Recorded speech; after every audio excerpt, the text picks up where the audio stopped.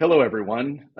This is Justin Foster, and I am doing a special episode, I guess you could say, of all of the projects I'm involved in, because the topic today affects every aspect of our lives.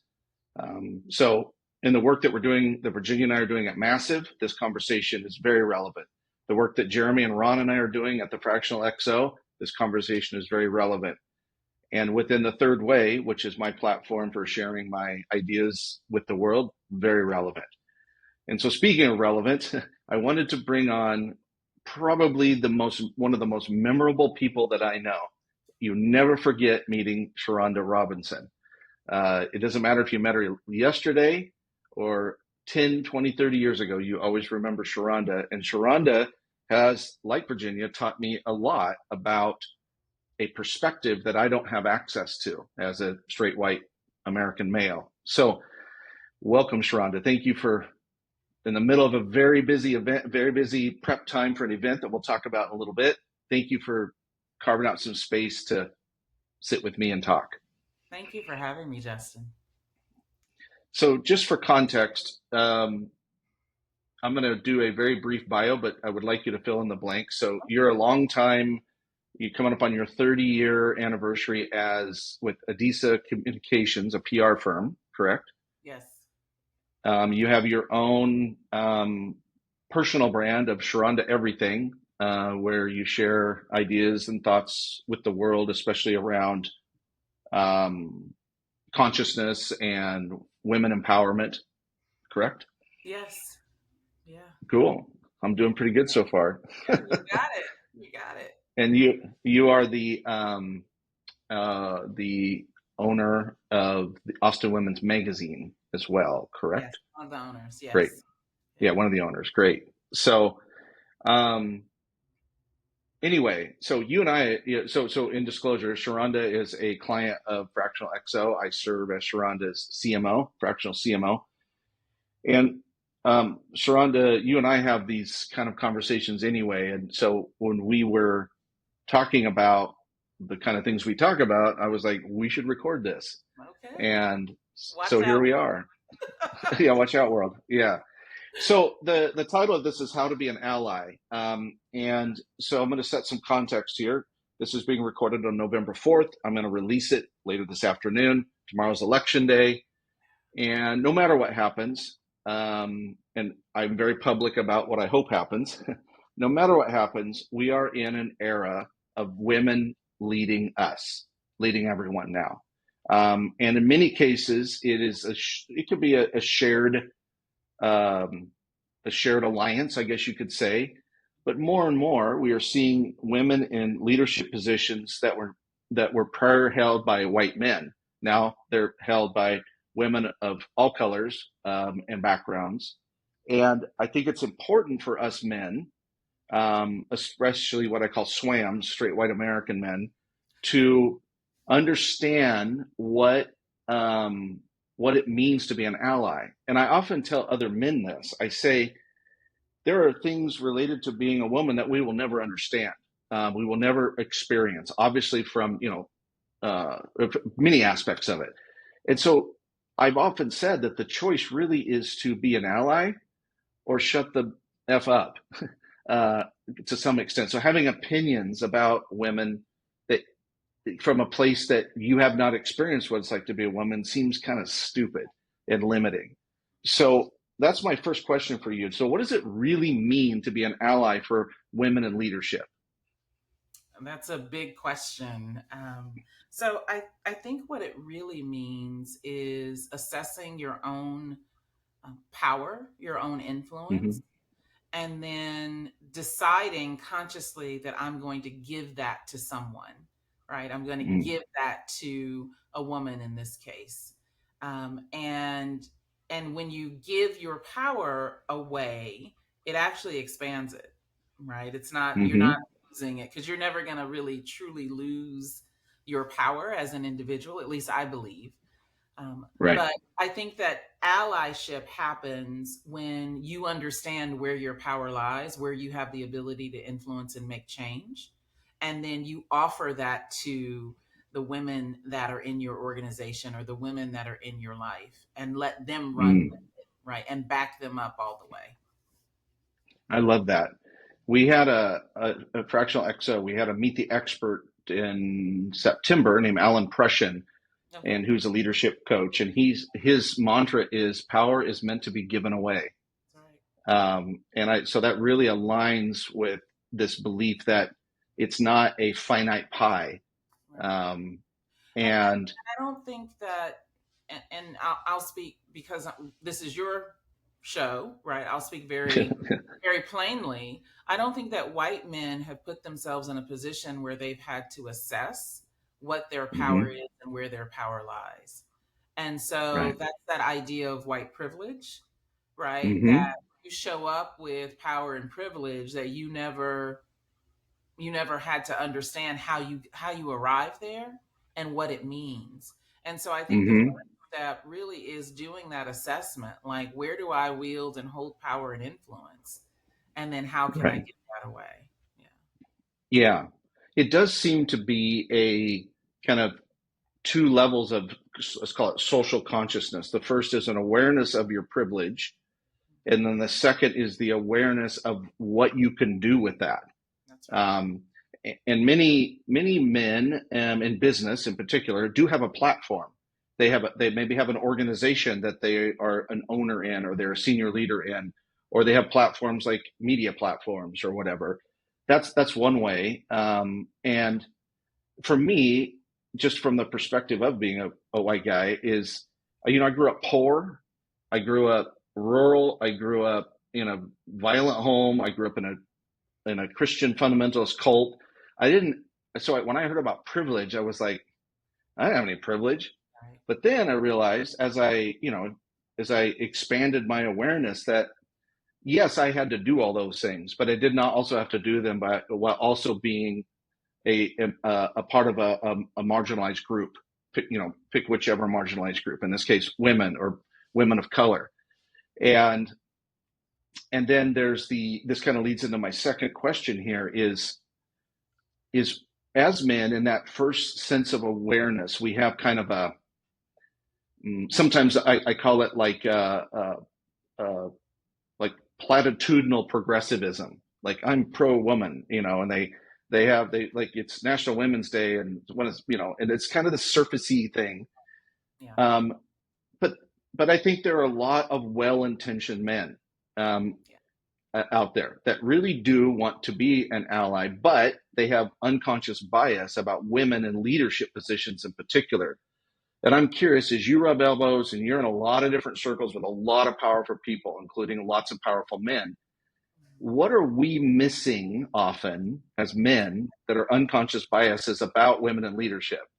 Did Max make an appearance? Yeah, he made an appearance. Nice. Okay, so what are we Um, missing? Say that again. I'm sorry. yeah. What are men? What are white men in particular? But you could say men, all men of any color or background. Is what are some of the unconscious biases you run into when Oh, you're talking to men with power in particular? a lot of times they don't acknowledge that you're there. I was standing on the steps of the Supreme Court. I had just finished a rally with pastors from all over the country. We were focused on voting rights a couple of years ago. Hmm. And I was standing next to one of the organizers of that event because my firm had helped put that together.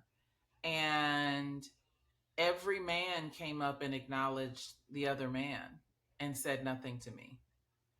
And I turned to Wow. my client and I was like, I think that that's part of the issue that young people and young women in particular have with communities of faith, right? Is the rampant sexism that exists there. Hmm. And you all need to do something about it. And he looked at me, he said, yeah, we've got to do better because he saw it, right? He saw it happen.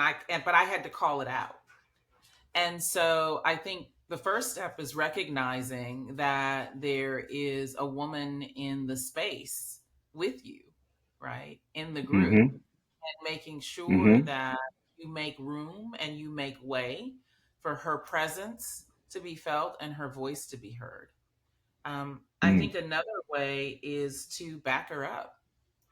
When I'm in these mm. meetings with folks, and the purpose of a meeting is to solve a problem, right? To move something forward. And everyone who's Right. in the meeting, in my view, has a contribution to solving that problem. A lot of times what happens is, and this is, in some ways, um, the differences in how we're socialized to communicate as women versus men. Women will wait for an opening, right? We'll wait Mm-hmm. to be called on, um, Mm-hmm.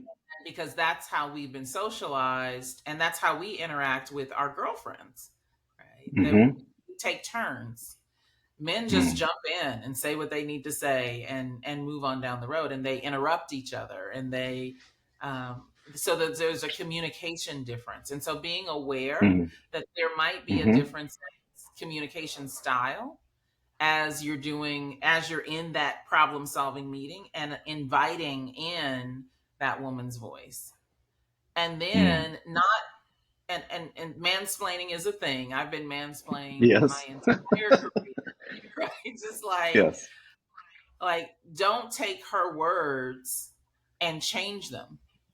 Right? If you're going to Yeah. back her up, take her words and say exactly what she said, exactly how she said it. I Right. guarantee you there are women who are my age and older who have never had that happen for them. Right. Yeah.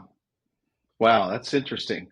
I have had the privilege of, I had a woman business partner for 8 years, Emily, and then Virginia, was my partner in all things, including in Massive. And so I think I have an awareness of some of those things and within myself. And so as you were talking, I also was thinking of how when I have witnessed that. And I think and this is kind of a side, but it's related. It's like when you see as a man, when I see another man doing that, I will actively intervene. Let's just call it. Yeah, that's Um, beautiful. so, like where there's like if I'm facilitating a group and there's um, all kinds of diversity in the room, the one of the rules I have is everyone talks once before everyone talks twice. And then I also I think it's important to like invite conversation. Another one that I've noticed too that in men is they don't, well, first of all, men generally express their emotions as opinions. And they're generally uncomfortable or maybe even unaware of the emotion that they're feeling. And power, like unconscious power, is that, oh, I have an opinion, so therefore it must be expressed, Right. which is something I know that I've been told that uh, traditionally marginalized people, but especially women in leadership positions, don't experience that. So what I think is important here for men to be aware of in that environment is something I've seen you do in some of the meetings we've been in, is you always open it and leave room for emotions. Oh How yeah. are you feeling? What's going on? What's going on for you? And that's funny because like the analytical, like German part of my brain, let's call it, is like, let's go, we got shit to do. But then I always I learn something about somebody, it's self-reflective for myself, and I guarantee this, we get to a different solution than the ones that of the only emotions that would have been expressed as the opinions of men, we would have got to a very different place. So I Right. think that's very Yeah. powerful to do that. Well, I think that Um, and how we use emotion, I think that, there's this characterization that women are emotional and men are logical. And that's right. sexist, right? Yes, totally. Like I'm a mom. I gave birth and have successfully raised three young men. So I've had Mm-hmm. a bachelor's, a master's, and a PhD in boys and men. I feel like, Yeah, and right, there are differences, right, between, and I think it's the orientation to how we see the world, and we see the world differently. right. In order for organizations to be successful, you have to marry the logical and the emotional. But we have both, right? Mm-hmm. And right now there's been this trend towards only the logical and suppressing Mm-hmm. the emotion, Mm-hmm. right? And that's so dangerous as a human being, I believe, Mm-hmm. because if you're not in touch with how you feel about something, then how can you make good decisions, right? Right. Yeah. And so, And I so think one, from that standpoint, I feel like women make better decisions because we take yes, into account not only the emotion, but then we have to plan how are we going to make this happen, right? We right. just approach it from a different place. Yeah. And I think, we could really unpack why that is. But we don't need to because it is. It's a thing. It's a thing to be aware of, and it's a thing to embrace. It's a thing that will make you, if you're a man, it will make you a better leader to Yeah, embrace that part. And I'm often asked, like by other men, it's like, well, what can I do to be, supportive, to be an ally? And my number one answer is to get in touch with your own heart, your own feminine, to put it in spiritual terms, which isn't really to do with gender, but it does manifest that way. And what happens with men, especially smart men with power, yeah, is they tend to be like the guys in the gym that only do upper body and they got like chicken legs. And so they're uncomfortable with their own emotions, and so they will say things like, "Oh, that's you're just being emotional." And I will point out, no, no, no. That's first of all, it's honesty. Number two, to be emotional, to have emotions. Number two is the intuition comes from the heart, not from the head. And you have to be able to tune into if you don't recognize your own intuition, you're not going to recognize somebody else's intuition, and you're going to be wrong. I think it's also well, important to point out. Oh, go ahead. and physiologically, there's just as many neurons, right, nerve endings in our heart space as in our brain, and so I think Right. there are more in this space. And so, if you think about like quantity matters, then your heart is smarter than what Hmm. we consider to be our thinking space, which is our brain. And Right. so, Right. if you want to be more strategic, right, and have a better advantage, then you want to pay attention to what's coming from here because there's more information here than there is up Right. here. Yeah, and that's for all of us. Right. Exactly. That's for all of us. And women are leading. There's our co-host. Uh, women.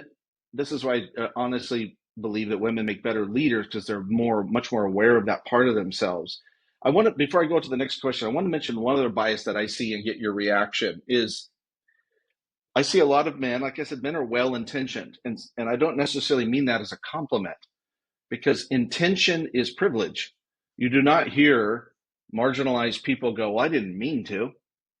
It's Yeah, definitely, to me, a thing of privilege where, well, that wasn't my intention. I didn't mean to come across that way. I didn't mean to. I didn't mean to. Well, that isn't, it's not only is it kind of a lazy lack of self reflection, but it's also the reason I say to men all the time, the reason that you think intention is important here is because you are doing it from a place of power. If you didn't have power, your intention wouldn't mean a damn thing.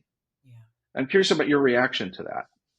Yeah, I think that goes back to that self assessment, that self awareness, right? Mm-hmm. I really, um, I think that white men in particular, if they want those who want to be allies, and we welcome all of you, right, Mm-hmm. is getting really aware of the differences between reaction and response and how you show up versus Mm-hmm. how a woman shows up. And I think the most important thing is to ask and listen to the women that are around you. They have Right. stories. They can tell you, they can help inform. I'm not expecting you to know what you don't know, right? But I Mm-hmm. am wanting you as a leader to be curious about my experience so that you can make decisions and have input based on my experience and not just yours. That's what leadership to me is Mm-hmm. about. It's about taking in information Mm-hmm. from everyone, not just what you think is right, which is based on habits of thought and systems and patterns that weren't created with women in mind, much less women of color in mind. So I think the Mm. curiosity is important in asking women. I mean, I remember before the Me Too movement, there were conversations about all the things that women did to keep themselves safe when walking to the Right. car, right? And Yeah. so there was this exercise where a facilitator had a whiteboard and they drew a line down the middle and they put on one side, what are the strategies that women take to keep themselves from being raped, right? And Mm-hmm. assaulted. What are the strategies that men take, right? And women could rattle off like, I Mm-hmm. get my keys out, I walk with a friend, I'm on the phone, like all these things, and men had nothing. Right. And so we're both walking into the same parking lot, but my Right. experience is different as a woman. And I didn't create that, right? I don't want that to be the case, right? I Right. want to feel free and safe wherever I go and wherever I am. But the truth is, right, that that is the culture that we live within. Mm-hmm. That I Mm-hmm. have to be concerned about those things as a woman. Right. Right. And so, but if you're not interested in my experience, right? And why I decide that I'm not going to go to the event, and stay out late and hang out drinking Mm-hmm. with guys, right? Why I'm not going to do that. There's a reason for that. Mm-hmm. And if you want me to be involved, then you're going to design a different experience of team building, Right. right? Right. Because you have Yeah. that context. And so I think Right. if men who are interested in being allies just ask the women around them, like ask them, like, what do you experience as a woman in leadership that you wish would be different for you? And Yes. listen to Such a such their a answer. fantastic question. Such a fantastic question. So, kind of a bridge into the next part of what I wanted to ask you, Sharonda, is so generally men know, even though they still do stupid shit in the workplace, generally men know to not be creepy. Yeah. They know to, and every woman I've ever known in my life has been sexually harassed. So, sexually objectified. So I'm not talking about sort of the basic, like, don't be an asshole type stuff. This question is the more maybe of the well-intentioned, but could come across as patronizing, like mansplaining as an example, is Mhm. what are some not to dos that men need to be aware of in supporting, and this is a key, supporting women, being an ally? What are some not to dos besides don't be an asshole and don't be creepy? Yeah, I would say not speak for her, speak with her, Mm-hmm. right? Don't change her words. Women leaders are real clear on what we want to say and how we want to say it. And you explaining it the way that you thought it should be explained is insulting.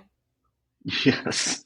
It's like, no, I meant to use that word and that Yeah. tone, right? And there's a Yeah. reason for it. And so don't undo my presence and my power to make you feel more comfortable or make others around you feel more comfortable. Um, Yeah. I also think, shut up. Just shut up. Just stop talking. I mean, I think that and I say that, seriously, but also jokingly, right? Like, Yeah. Right. I Right. can't, I can't tell you how many meetings and conversations I'm in with men. And if I didn't jump in because I know how men engage in conversation, there would be no room for my voice. Right. Right. And I Mm-hmm. love what you shared earlier about, how we start our meetings, but there does need to be time for reflection in Right. each conversation because like before this meeting, I found out that Quincy Jones passed away, Right. right? And it's Yeah. like, and I had an emotional reaction to that Sure. because of the impact. I never met him, but the impact that he's had on my life and everybody on the planet, honestly, right? The Right. musical genius that he is. And that was between 9:30 and 10 o'clock. And so Right. you may have just talked to me at 9:30 and by 10 o'clock, I'm different because something Yeah. may have happened, right? So those check-ins on a regular basis, they may seem like a waste of time, But if you say, "Hey, how you doing? I can share with you." I'm feeling the loss of a musical genius that the world experience right now. And I love music. And if you know me, you know that, right? And so Right. you Hmm. make room for that in each interaction. And I think that, that will help you in your personal life, not just your Yeah. professional life. Yeah. Yeah. And I think I have to remind myself of this sometimes. Two things I say to men in particular is talking too much is a sign of insecurity, and that's not good for your brand. Um, Number two is when possible, don't make statements, ask questions, which is a statement, but for teaching purposes, Right. it's just to ask questions. And um, I think that another thing that is on the not to do that I see men do sometimes, and again, it goes back to being well intentioned, again, not a compliment necessarily, is to be patronizing. And um, or I've seen this done with women way more than men, is that if a woman is highly accomplished, highly credentialed, Hmm. they talk about all of her credentials. I see this one sometimes with Virginia, who's very credentialed, Yes. but that's only a tiny part of who she is. Right. And it's like if you introduce somebody that was a professional athlete and you just said, yeah, he had a 4.40 and he can bench press 600 pounds or whatever. It's like it's a weird way to introduce somebody or to relate to somebody just based off of their credentials. Um, so those are a few things, but I think it goes back to, and again, from the male perspective, having witnessed both of the things that you said. I literally have seen sitting at a meeting where my former business partner Emily would say something, and the CEO of the company we were working with said, "Well, I think what Emily meant to say was," Yeah. and she goes, "No, no, no, I didn't mean to say that. This Right. is what I said." And Right. it's funny because it's so dumb. Yeah. That's to me, it's such a dumb move, and it's so just dumb. I'll just leave it Right. at that. Well, but it So, comes from this belief that one, women don't belong there, right? And two, that they don't have anything to offer or to contribute, right. or that Yeah. it's the reason why women make between 80 and 60 cents on the dollar to every man, right? Yeah. Because our contributions are viewed as less than. Um, Yeah. and so, I feel like it's really, really important for men who want to be allies to do the internal work to understand that, but Hmm. also to find men who are doing it well right now and use them as a model. Hmm. Anytime I want to up my game from a leadership standpoint and become a better leader, then I look around me for people who are doing some of the things that I want to do. And I get curious about, like, what is the mindset that they're using? How does that play out? Like, what are the behaviors that they take on? Hmm. And I try to model and emulate that. And so there are men in Yeah. my circle who, have got this down, and there are books you can read and seminars and Hmm. workshops you can go to. You can follow Justin and his work. But if you're curious and you want to know, I'm sure there are people that are there to support you. Absolutely.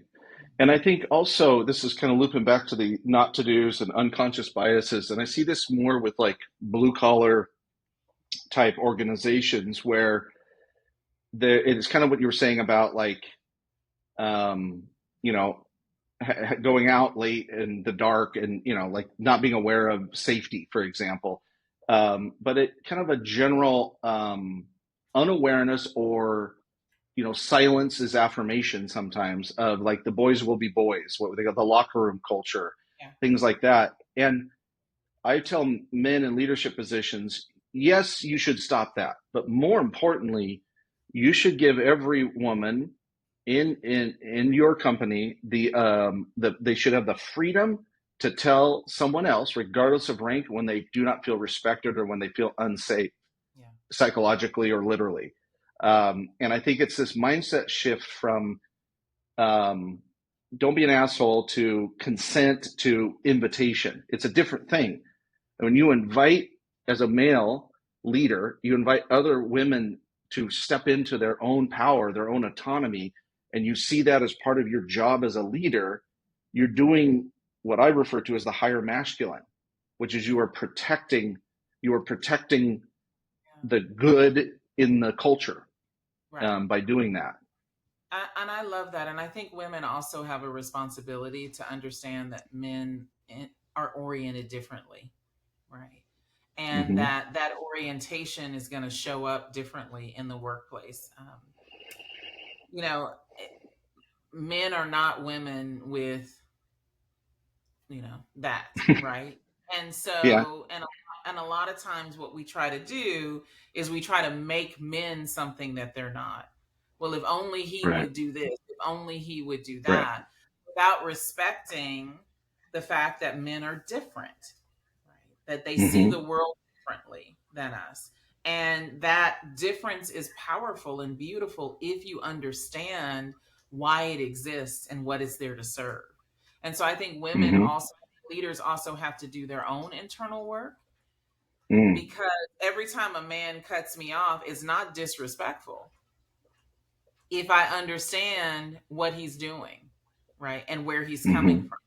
And so I just think that it's not just on men to be allies. I think it's also on women to understand their own biases, right? Our own trauma and where that comes from, and how we show up and relate to power, Hmm.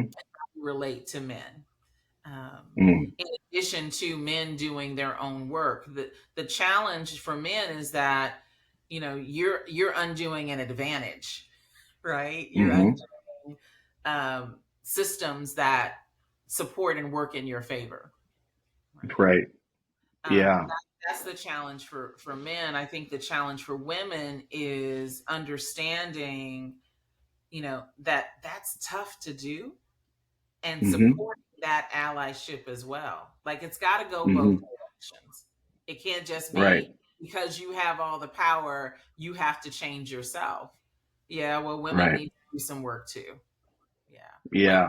we've got to have Mm. allies. I don't want to be in the men's locker room. Yeah. Like there are places that I don't want to go as a woman, but Right. I want to make sure that my point of view, that my experience is being honored Hmm. in that space where men are, Right. right? Yeah. Yeah, and you said this the earlier, Sharonda. Men talk to men differently than women talk to women, and there's an adaptability. One of the big no-nos is don't tell a woman that she's too sensitive or too emotional, or you need to if you want to make it around here, you need to get thicker skin. Yeah. Now, please don't do that. Now, is there something where like you just said, maybe I don't know, I can't speak for this. Maybe I believe you that women need to do their own inner work to not necessarily it's not to take it personally, but also to not be dismissed for having those feelings. Yeah. But yeah. So I will So tell oh, go ahead. the raising boys part, right? Like, because Hmm. I had a story about men before I had my children that was very different, than I do now. And when I was raising my boys, I have two that are 18 months apart. And so they're very close. And when they were little, they would fight all the time, right? And I was undone, like, just like they hate each other. They're always fighting. Hmm. Like, I was crazy because I didn't understand what it was they were doing. And then I read the book Wild at Heart. Oh, great book. And it gave me a perspective about raising boys that I didn't have as a woman. And so I was able Right. to reinterpret that what I called fighting was actually play. Right. It was mind blowing for me because as a woman, I would never walk up to my girlfriend and punch her and call that play. That never crossed my mind ever, Right. right? And Right. the only time I would want to hit somebody was when they made me mad, right? Right. That I didn't see that as play. I saw that as anger and aggression. Right.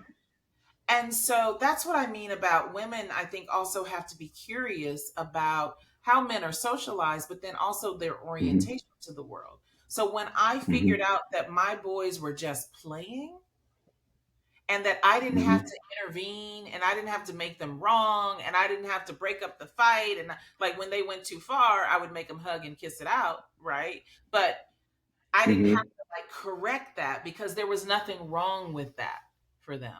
Yeah. Yeah. And so Yeah. that's That. really, I think that's really important. Yeah. Yeah, that's so interesting. And also I reflect on this from the male perspective is it's see and finding a model, like you said, if you're a dude and you want to learn about this, because the binary is a little bit is sad because you have the sort of the beta soy, simps, Yeah. and you have the what I call the donkey boys, the loud, aggressive, the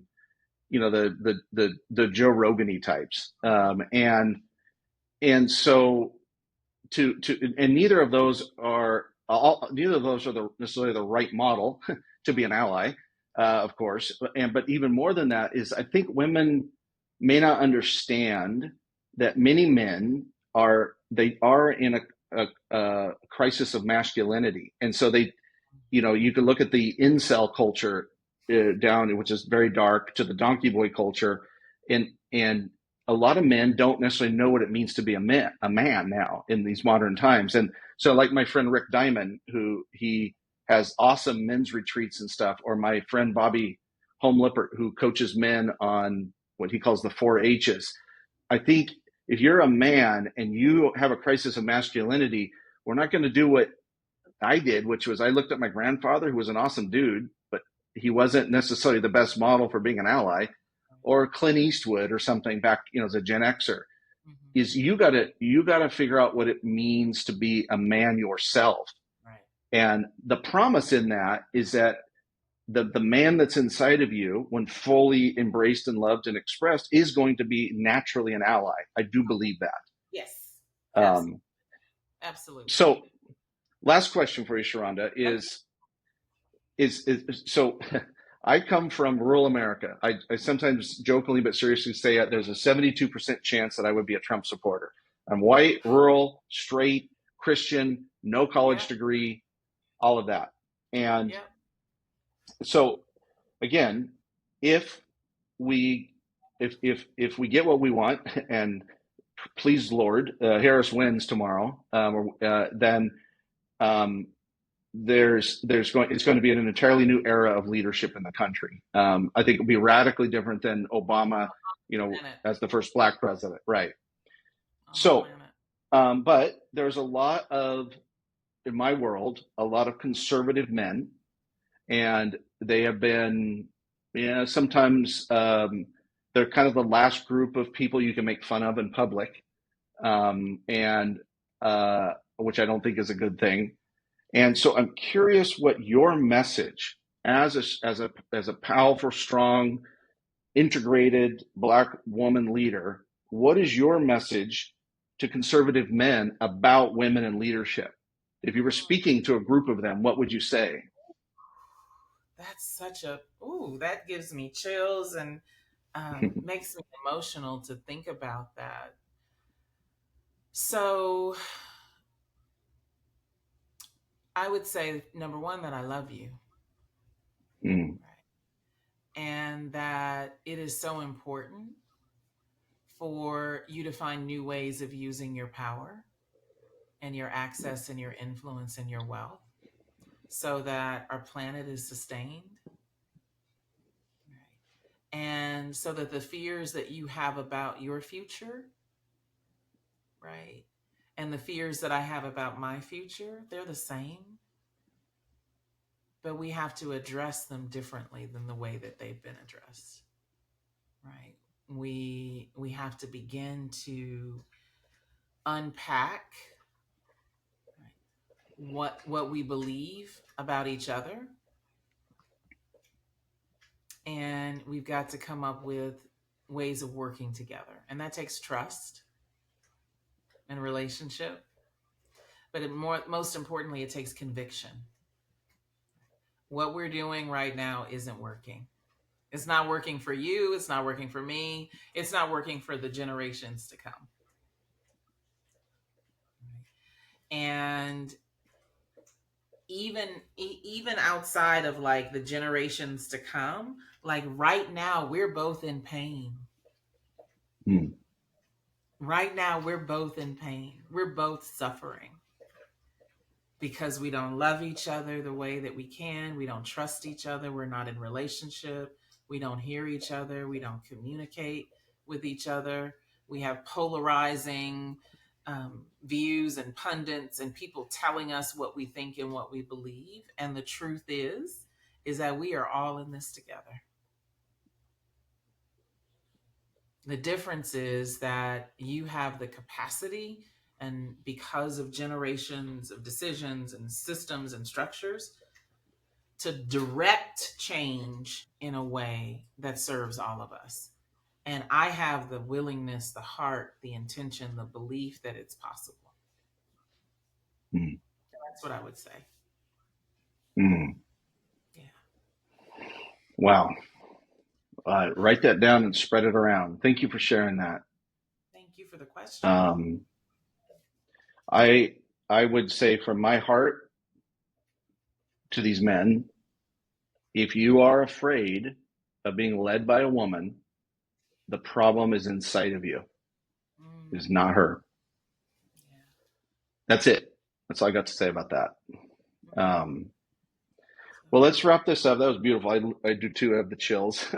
uh, Yes. is so this is evergreen content that we're putting out here, but there's also an event that you're hosting that I've had the great privilege of being kind of in the behind the scenes of called True to You, Women of Influence. As we wrap up here, share a little bit about that, when it is, what you're going to be covering, and I'll put a link to it in the show notes as well. Thank you. I'm so excited for this. It is True to You, Women of Influence, and it's 3 days of spending time at a live virtual event where we get to talk about purpose, possibility, and power. Because women need to be prepared to express the truth of who they are. They need to take the time to get in touch with what it is they want to contribute to the world. So when they get asked the Mm-hmm. question, right? What is it you want? That's one of my favorite business questions. Well, what do you want? Right? Mm-hmm. That we're in a position to know that and to say that and to stand in truth on that. And so we get to spend time working it out. We also are going to learn, and I think this is going to be good for anybody, right? I'm teaching the emotional guidance system because the truth is that's how we make our decisions. We just use data Mm-hmm. and fact back up how we feel, but we make decisions based on our emotions. And so, how do we use our emotions to make better decisions, right? And to guide our lives. And so, we're gonna spend some time on that. But I'm excited and I'm grateful to you, Justin, for all the energy and work and effort you put into making this a reality. It's gonna be a powerful 3 days for the women that have chosen to participate. That's awesome. Yeah, November 7th, 8th, and 9th, right? Yes, So, and Shuronda.com, even Shuronda. Shuronda.com. Mm-hmm. That's Yep. And I'll put that link in the notes. And I would also say, even if you are listening to this now, this week, and you can't attend, there'll be more. Make sure you get on Sharonda's email list. And if you are a dude with power and influence and you need a speaker, please book Sharonda. She will wonderful. rock the world of whoever's in the room. Like I said at the very beginning, no one will ever forget meeting Shuronda Robinson. And you're such a powerful voice about the present and the future. Hmm. I love that about you. We're roughly the same. I think we're the same generation, close to the same age, I'm always and younger than you, Justin. I'm always younger. that's That's true. what I That's why I say to said you. close. I didn't say which. I didn't say which direction. But one of the things that we bonded over almost immediately is that we are future oriented, Yeah. and I think and that's why I wanted to have you on to talk about this, because women in leadership, really truly leading, is here. It's here, and it's going to be awesome. And don't be afraid of it. So anyway, that's it for now. thanks for tuning in to any of those that are watching this week. Please share, please like, please comment, please send this to all of your dude friends that need to hear it for their own awareness, and send it to all your women friends that need a little bit of encouragement and maybe some tools. So thank you so much, Shuronda. Thank you. Thank you for having me.